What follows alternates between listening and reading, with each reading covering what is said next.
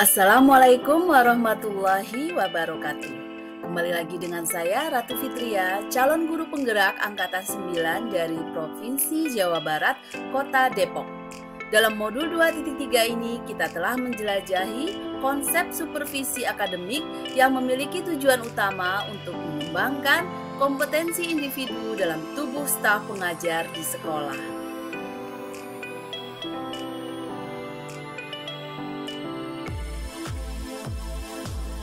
Pengalaman atau materi pembelajaran apa saja yang baru diperoleh? Pendekatan yang digunakan adalah coaching yang memiliki 3 prinsip, yaitu kemitraan, proses kreatif, dan memaksimalkan potensi. Kompetensi inti coaching yang harus dimiliki oleh seorang coach diantaranya adalah kehadiran penuh, mendengarkan aktif, dan yang terakhir adalah mengajukan pertanyaan berbobot. Percakapan berbasis coaching menggunakan alur Tirta, yaitu tujuan, identifikasi, rencana aksi, dan juga tanggung jawab. Terdapat 3 tahapan dalam supervisi akademik, yaitu pra-observasi atau perencanaan observasi, pelaksanaan observasi, dan tahapan terakhir adalah pasca observasi atau tindak lanjut. Apa saja emosi-emosi yang dirasakan terkait pengalaman belajar? Emosi yang saya rasakan selama mengikuti pembelajaran di modul 2.3 ini diantaranya adalah pertama, cemas. Ya, saya merasa cemas sebelum mengetahui isi dari modul 2.3 ini. Cemas ini muncul karena saya sangat khawatir bahwa saya mungkin tidak akan mampu memahami materi ini dengan baik. Dan juga tidak yakin apakah saya bisa mengaplikasikannya dengan rekan-rekan sejawat saya. Kedua, tertarik. Setelah melakukan eksplorasi konsep, minat saya untuk lebih memahami isi dari modul ini mulai tumbuh. Ketiga adalah gembira. Saya merasa sangat senang sekali ketika saya berhasil melakukan praktek coaching bersama rekan CGP di ruang kolaborasi dan komunikasi konstekstual. Keempat, optimis. Selain gembira, saya juga merasa sangat optimis bahwa saya bisa mengimplementasikannya di sekolah di mana saya bertugas. Apa yang sudah baik berkaitan dengan keterlibatan dirinya dalam proses belajar? Saya sudah mampu berkolaborasi dengan rekan sesama calon guru penggerak saat mempraktekkan proses coaching menggunakan alur Tirta. Dan sesuai dengan prinsip coaching dalam ruang kolaborasi dan demonstrasi kontekstual, baik berperan sebagai coach, coachee maupun sebagai pengamat.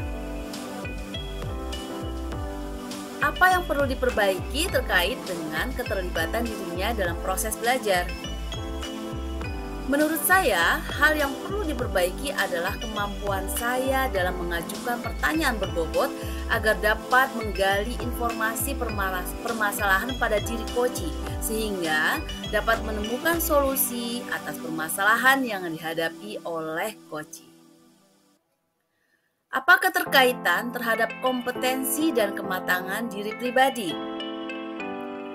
Setelah mengikuti modul 2.3 tentang coaching dalam supervisi akademik, saya telah melihat perkembangan kompetensi saya.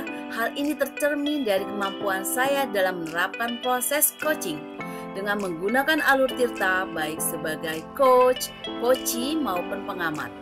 Ketika saya terlibat dalam proses coaching, penting bagi saya untuk dapat mengontrol asumsi-asumsi pribadi dan juga emosi agar saya dapat berpikir dan bertindak secara matang sesuai dengan prinsip-prinsip coaching seperti kemitraan, proses kreatif, dan pemanfaatan potensi secara maksimal.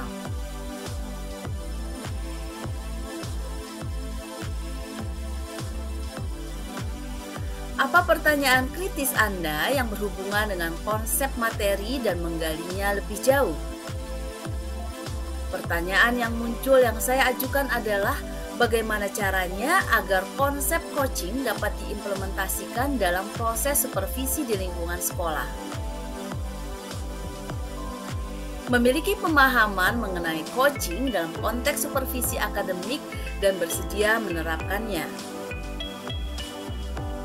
Kegiatan supervisi tidak seharusnya hanya berfungsi sebagai evaluasi guru, tetapi juga sebagai sarana untuk meningkatkan kompetensi akademik guru. Dalam hal ini, supervisi tidak hanya mencakup pengamatan kelas, melainkan juga melibatkan komunikasi sebelum dan sesudah pengamatan. Sebelum pengamatan, kepala sekolah dapat berdiskusi dengan guru mengenai perencanaan pembelajaran yang akan dilakukan. Setelah pengamatan, kepala sekolah memberikan balik dan tindak lanjut terkait pelaksanaan pengamatan di kelas yang telah dilakukan oleh guru. Materi apa yang dipelajari dengan pemikiran pribadi sehingga tergali wawasan baru.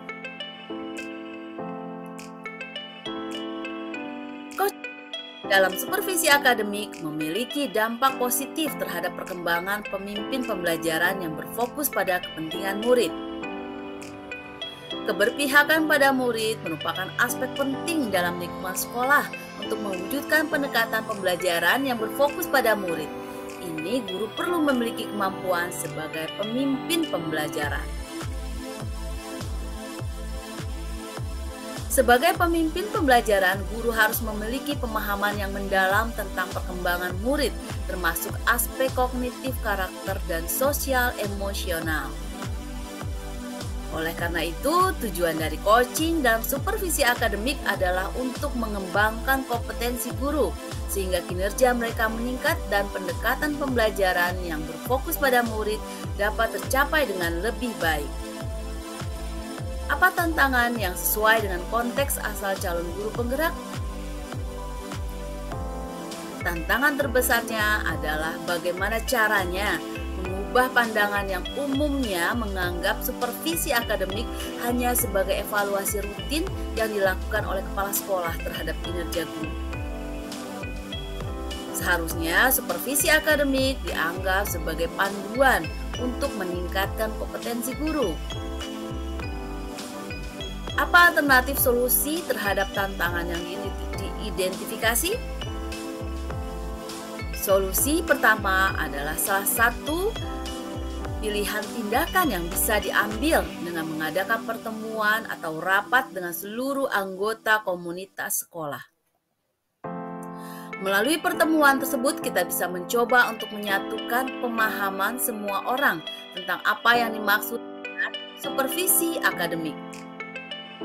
Yang kedua, solusi selanjutnya dengan memberikan contoh praktik coaching dalam supervisi akademik melalui berbagai media informasi digital yang dapat diakses oleh seluruh komunitas sekolah.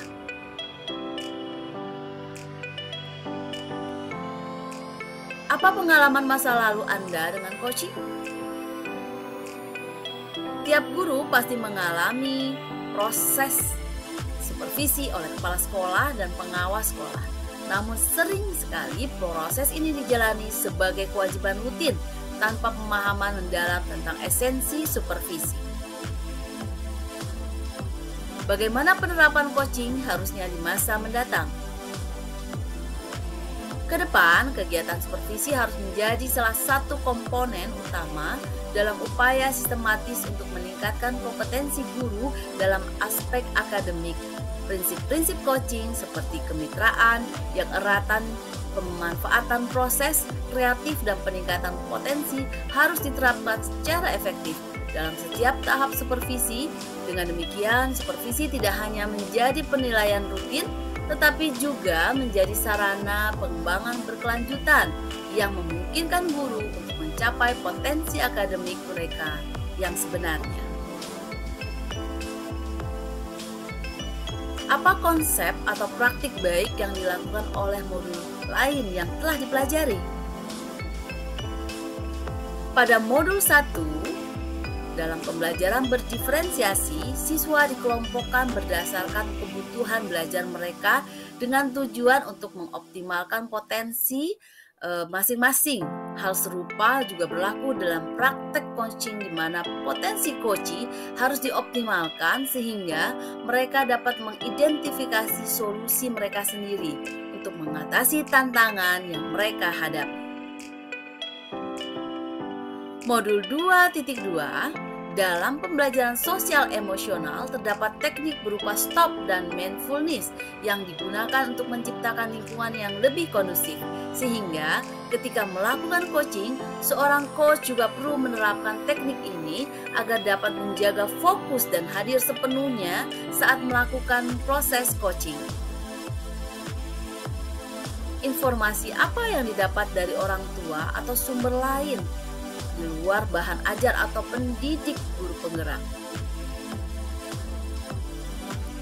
Aspin Mopangga, SPD MPD dalam kesimpulan penelitiannya dengan judul Konsep Teknik Coaching dalam Meningkatkan Kemampuan Guru di TK Negeri Pembina Tabongo, Kabupaten Gorontalo, bertujuan untuk meningkatkan perkembangan kognitif anak. Menulis bahwa dengan teknik coaching merupakan upaya meningkatkan perkembangan kognitif anak secara signifikan. Guru memberikan respons sangat positif terhadap kegiatan peningkatan keterampilan coaching melalui kegiatan inisiasi, observasi, aksi, dan refleksi. Demikian video koneksi antar materi untuk modul 2.3. Sampai jumpa di video selanjutnya. Terima kasih, salam dan bahagia. Wassalamualaikum warahmatullahi wabarakatuh.